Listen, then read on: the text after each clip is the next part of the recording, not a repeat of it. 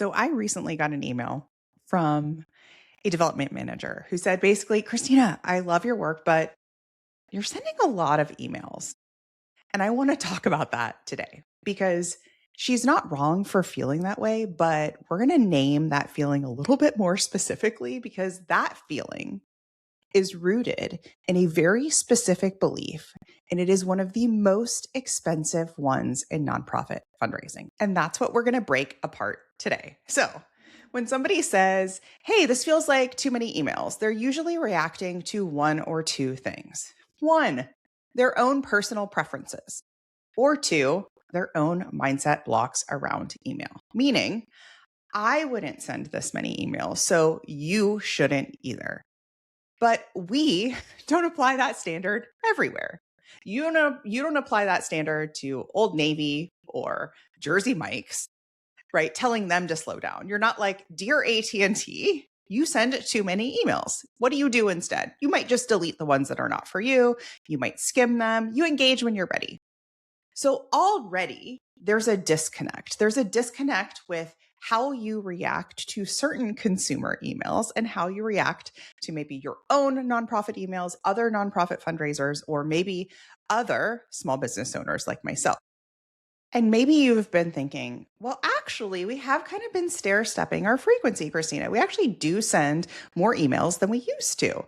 But let's talk about just what's really, really common in this sector and why change feels so slow, because it is. Nonprofits don't just flip a switch and say, now we've got this new marketing plan, or now we have this new frequency for email. It feels a lot like turning around a cruise ship. It is slow. So, as you are increasing your frequency, there may be board approval in the way, executive leadership approval, hesitation. There's the, are we allowed to do this question internally that's coming up. So, we're at a tipping point right now where people are starting to see, maybe you're starting to see that, like, oh my gosh, we can raise money, a significant amount of money online, specifically through email, but we totally have some hesitation on really going all in on email.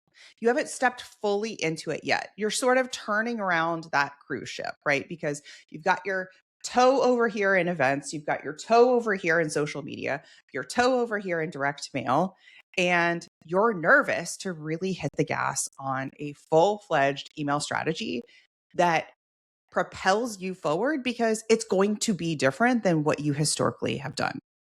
So let's zoom out. Let's look at the data. So I'm going to reference back to the M&R benchmark study that came out recently. And it shows that about 50 emails are being sent per subscriber per year, about 50 emails. I'm curious if that surprises you or not, right? You may be like, that's a lot more than we send.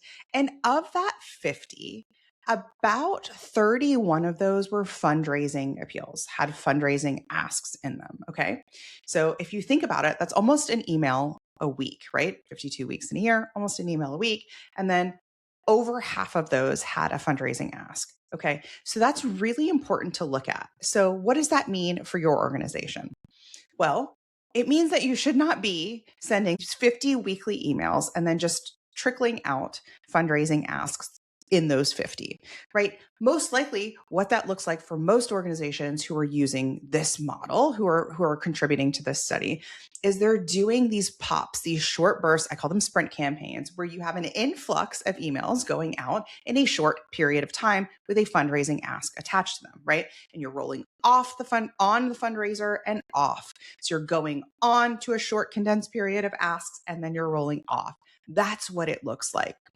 And not surprisingly, nonprofits sending more emails year over year. That means we're seeing more emails, the increase of volume of emails being sent year over year. And what's happening next? Revenue is growing alongside of it. So the more emails that your organization sends, the more revenue your organization will bring in. And that may be like simple math because it is simple math. But what's underneath that is a lot of trepidation, right? Of like, well, I don't know. But think about it this way: more sends, more chances to be seen, more opportunities to give. That's a very direct, high ROI relationship. So the idea that sending more emails is the problem, it just doesn't hold up. just doesn't hold up. It doesn't hold up for me and my business. It doesn't hold up for our clients. And it certainly doesn't hold up in this benchmarks report. The more emails you send, we are seeing an increase in revenue. And if we refer back to how I started this episode, there's some fear around it, right? There's some beliefs around it. Well, I don't want to be annoying. I don't want to bother people too much. I don't want to turn people off, right? And I get that. We just closed out our biggest sprint launch of the program ever, an incredible sprint launch. And that's when I received this email, right? Which is totally valid. Somebody saying, "Hey, you've been sending a lot of emails lately." And I'm nodding along like, "Uh-huh." And I'm supporting more nonprofits than ever. The two go hand in hand, right? So it's really important to look at, do I want to stay in my comfort zone where I'm not really like bothering people. I'm not ruffling any feathers. Everybody's happy with like homeostasis of our frequency. And I have the results that I kind of can plan on year over year, hopefully kind of plateaued. Or do I want to take a big old step forward, a big old leap forward and really double down on the stories that I'm telling, really doubling down on the invitations to give, really double down on the heart of our campaign, like this feeling like I ran, I sprinted, right? I didn't give up. And I helped more people because of it. I impacted more people because of it. That's what I want for you. So hopefully you're starting to see that through this data. So let's talk about where your revenue is actually sitting. So here's what I see across organizations. Working nonstop, but under communicating during the exact moments when donors are ready to act. That gap is where your revenue is sitting. It's not about sending more emails all the time. Hear me on that. I'm not just saying send more emails in perpetuity forever and ever, right? It's about sending more emails at the right time, more high quality emails at the right time, campaign based intensity. So if you're live in a fundraising window, stay visible. And that's the moment that most organizations completely miss because that inner monologue is like taking the wheel. That's steering the ship, right? That inner monologue of the what ifs. I already sent 3 emails. That should be enough. I don't want to bug people. So most people go quiet right before so many donors were ready to act. So that's why I do the opposite in my business. Multiple emails, especially this in particular was the day that enrollment closed. You're going to hear from me more than once. I assume you lead a very busy life. I assume that you have questions that I'm receiving in my inbox from 10 other organizations, and why not answer them for you too? I assume that you forgot. I assume you didn't read the emails that preceded it. I'm not making assumptions that are negative. I'm making assumptions that are positive. What if you did the same thing for your campaigns and your donors? Because when we do the opposite, we hold back. We don't give people agency to decide, right? You don't give people agency to make the decision because maybe they missed the 2 emails that what came before it. So I want to tell you about a development manager that came into my course, Easy Emails for Impact. They knew things were stagnant. Same audience, kind of same mission. They knew they wanted to like jazz things up, but they weren't exactly sure. They were new to their role. They knew that there's had potential. They had some ideas, but like really definitely no process in place for emailing. And everything was like starting from scratch. So he came in, he followed the easy emails process. He 9x'd his campaign, 9x their typical results, 9 times. Now, not because his donor lists changed, not because they had some wealthy donor come in and 9x. No, because he stayed in the conversation longer. And he was willing to expand and try something new, his bravest, most boldest self, right? And he showed up differently when it counted during that campaign, that short burst. Now, the cost of holding back one more email is not as neutral as you think. Think about it.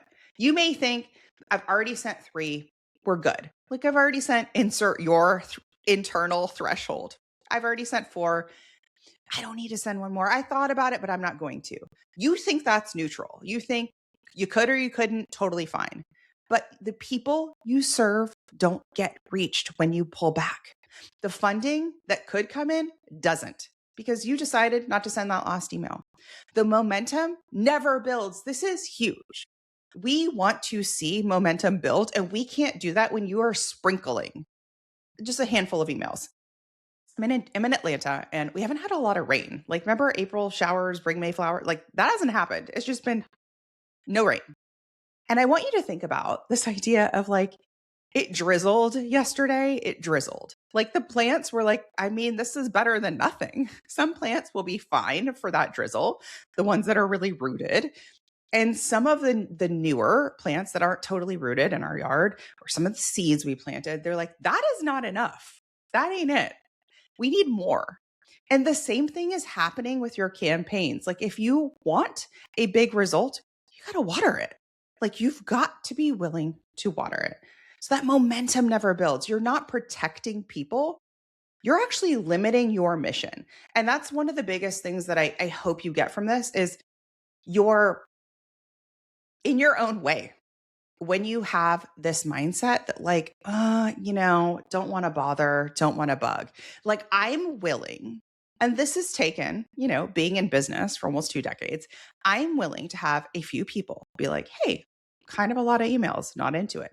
So that a lot of people can double their next campaign, can serve their mission faster than they ever imagined, can help their communities, help more people. Like I'm willing for a few people to be like, I don't like that.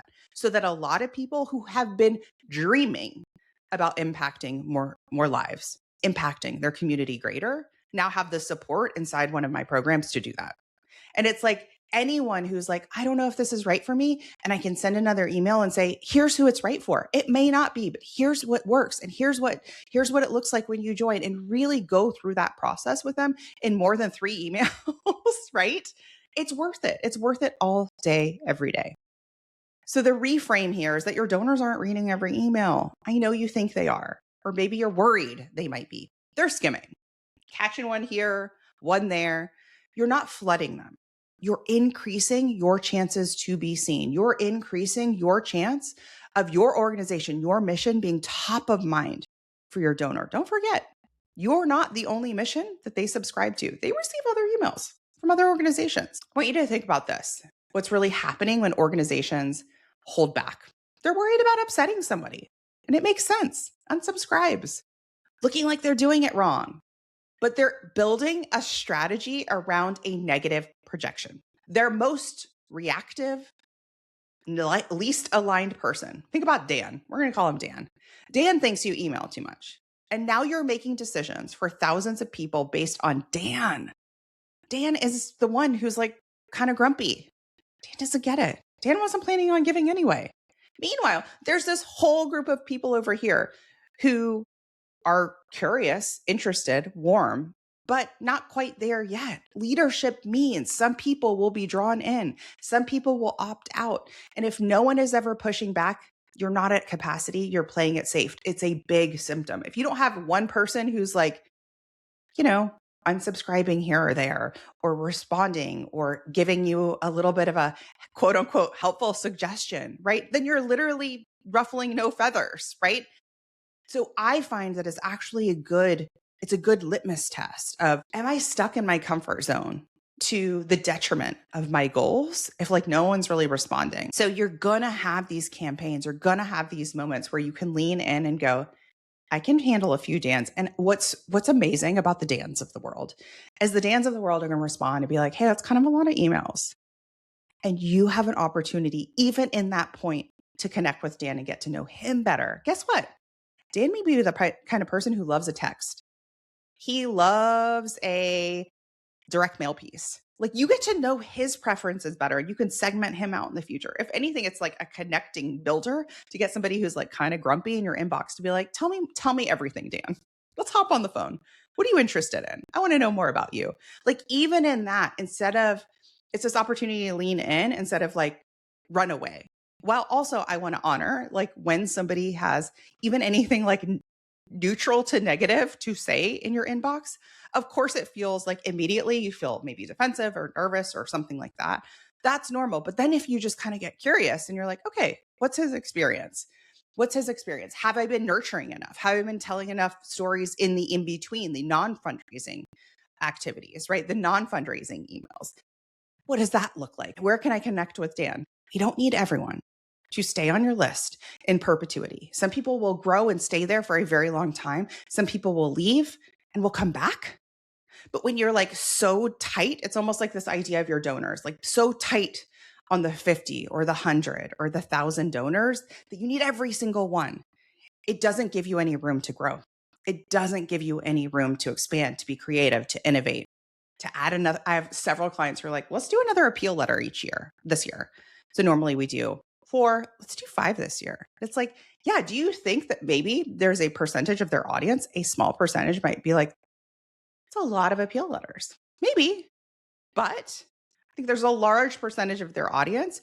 They have a strong direct mail program who are going to be like, what a great story. I had no idea. Or another opportunity to give, or another opportunity for that organization to stay top of mind. I think it will be very, very strategically positive for them. And that's like worth doing, worth exploring. But you can't do that when you're held so tightly around those numbers.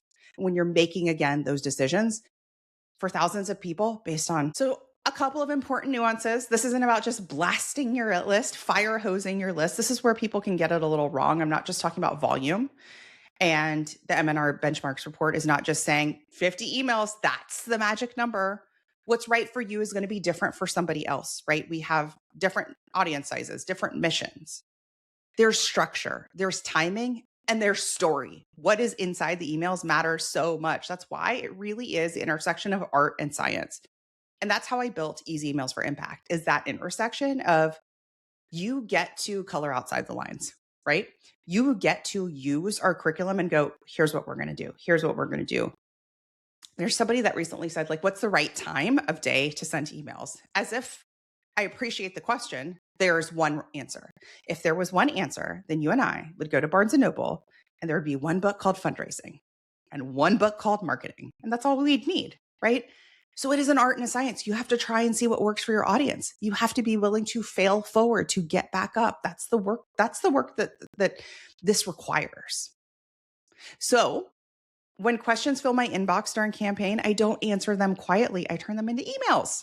I turn them into content. If one person is asking, it's easy that 100 people are thinking it. And I wonder for you, what are the questions people have, or the like the thoughts they have about your stories when they're on the fence? They're thinking about donating to your next campaign, but they haven't yet, right? What is that opportunity? What's one more email you could write? So if you're worried about the unsubscribes, yes, some people will leave, but what's more expensive, a few unsubscribes or donors who would have given if they would have seen one more email? That's way more expensive.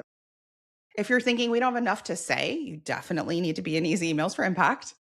You're not out of content. I promise. You're not out of content. You're just not trained to see it yet. And that's a skill and it's very learnable. Or maybe you're like, listen, Christina, our donors are different. Okay.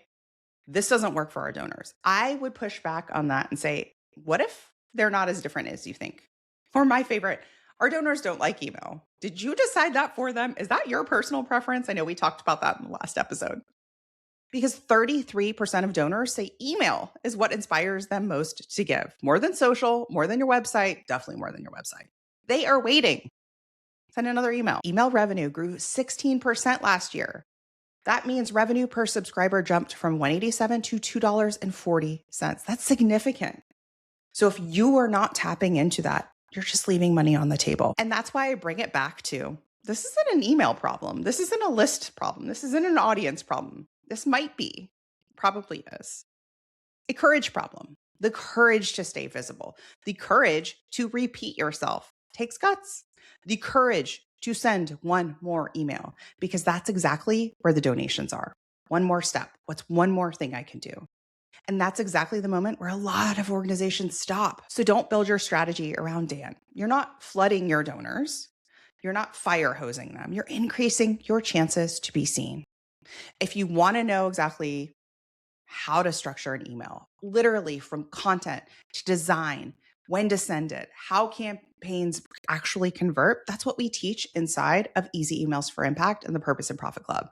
Now, enrollment for Easy Emails for Impact, that is my signature, most popular course. Everyone has gone through it, absolutely loves it. It is perfect for small shops. It is amazing for large established organizations. So we've had people go through it who are like, we have 100 email subscribers. We have people go through it who are like, Christina, this is really important. We have 50,000 email subscribers. This process works. In both scenarios, you're sitting on an untapped gold mine. Enrollment is now open. So I want you to click the link in the show notes or go to splendidcourses.com/emails for all of the details and 50% off the course. See you next time. Go send another email.